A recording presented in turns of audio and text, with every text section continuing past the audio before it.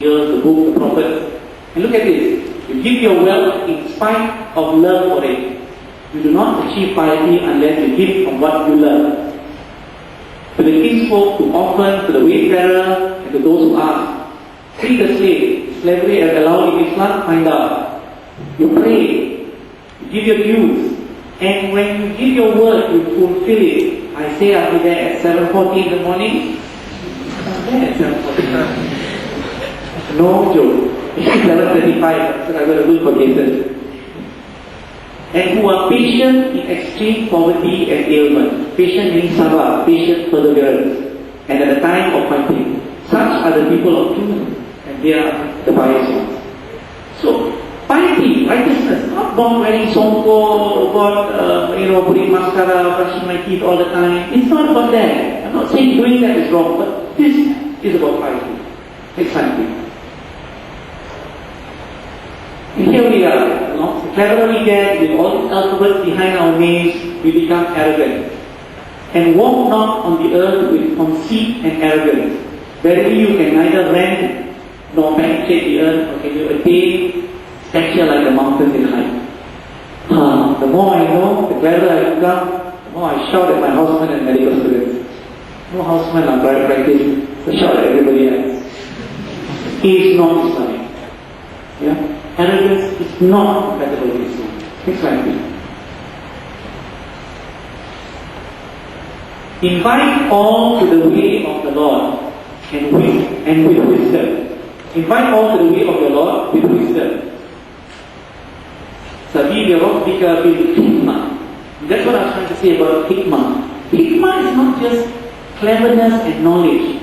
Wisdom is more than being clever. It's about having the correct judgment. When I give medical talks, I say thoughtful selection. And that's what I'm trying to say when I say hikmah. Thoughtful selection means you give it due consideration with the knowledge that you have, in the experience that you have in the appropriate scenario. You have modified it to the factors that are variable based on the knowledge base, but with a humanistic approach that's approachable and nice. And beautiful preaching, and argue with them in ways that are best and most gracious. So when we talk about religion, the Abdul of this is when we are discussing about religion with those of non-Islamic faith. And I was told, doctor, there is some non-Muslims in the crowd. And you know what, I'm not sure if I told anyone that, but I told my wife that if I can say this with the non-Muslims here, I must be able to say this with the Muslims here. And then I told my wife, hey, money might be there, She said, oh, you could change the slide. I said, no, if I can say it with Prof. Amir not there, I must be able to say it with Prof. Amir there. But who am I trying to keep? I'm shy of human beings, or I'm shy of God. I'm afraid of the thought of this world, or I'm afraid of the thought of the hereafter.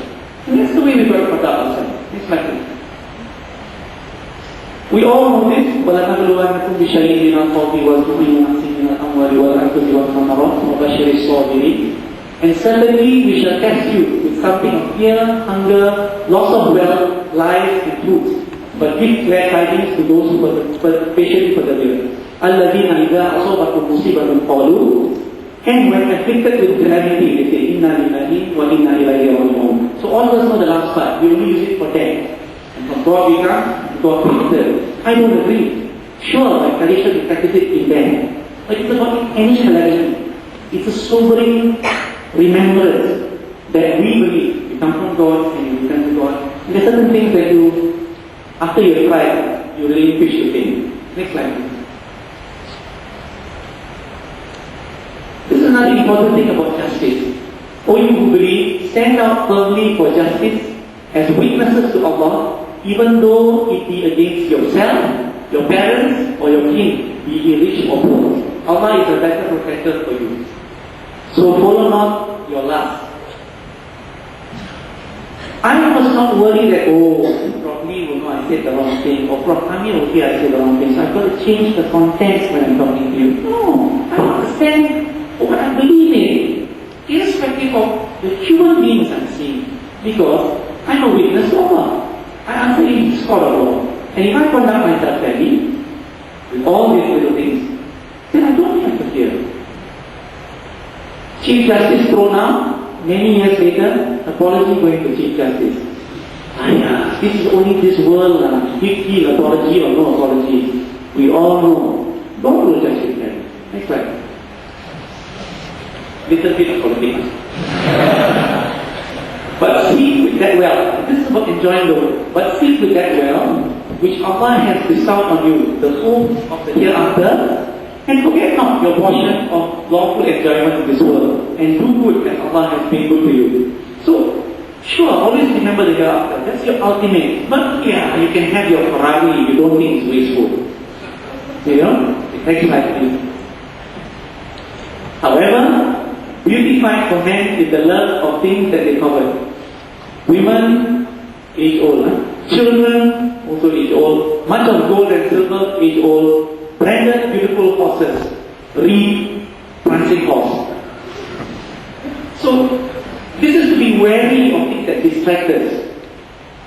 You can enjoy things of this earth, but don't be too distracted. Next slide, please. And if you feel you have transgressed, say, O my slaves who have transgressed within themselves, committing evil deeds and sins, despise not of the mercy of Allah, verily Allah forgives all sins, truly He is all forgiving, most merciful. So, there's always hope for salvation. We're not beyond salvation. You know, it's not all about wanna, hellfire. Exactly. So I've taken it down as we left through a definition of Dr. Muslim, intellectual Haniffah, our role on earth, but I hope it's because we believe we have to be answerable hereafter. Small e, big H. H important, not as important as Islam. And then issues, current issues, past issues, ongoing issues, very relevant when you become a Muslim doctor. I show you some verses from the Quran that tell us about things of righteous conduct and non-arrogance, non-violence, about hikmah, about softness, about kindness, about interaction, about love, things like this. And nowadays I used to actually be a book reviewer for a Muslim publisher, and one of the books I reviewed was about the personality the Quran constructs. So if somebody reads the Quran, he develops a certain personality. And after reading that, this is the conclusion I wrote in that review. And I think it's quite true, you know. Initially when you do something, like studying medicine, you're doing a reprimand, you're there at 7:40 because, this Dr. Haniffah is such a CAS, I've got to be there on time. So it's from reprimand. Then after a while, it's from habit, you know. I've done it all the time, cannot go on time. I don't embarrass myself if people see that, you know, being this stupid and doing this. But after a while, you elevate yourself because it's the right thing to do. I want to go and get some knowledge. It's a good thing to do. I'll be judged correctly. Now in medicine it's that way, and in your conduct with respect to religion, it's also that way. I pray because I'm king or I'm scolded, and then after that I don't pray, everybody laughs at me, my classmates. And after a while, I want to pray because I feel better. So you elevate yourself in your conduct from reprimand to eventual divine pleasure. And I feel that elevation of movement is helped by evidence-based. You've got to decide whether you feel the Quran is evidence for you. It's faith. You've got to decide. You define it, you choose it, and then you see whether you can actually live it. Next slide, please. So I go back to this irritating leg slide. You've got to decide. After reading this 8,000 pages, whether I can read those 7,000 lines and the relevant tafsirah. Next slide, please. But obviously, it doesn't stop there. You've got to read a little more, so that you understand it well. And be ready. I went to a bookshop in Kinokuniya, and I saw this lovely topic, circular topic, the delusion of God. If you're a student of psychiatry, delusion means a fixed, unshakable belief of something that's not true. So that one word followed by God conveys the whole message to me about being an atheist.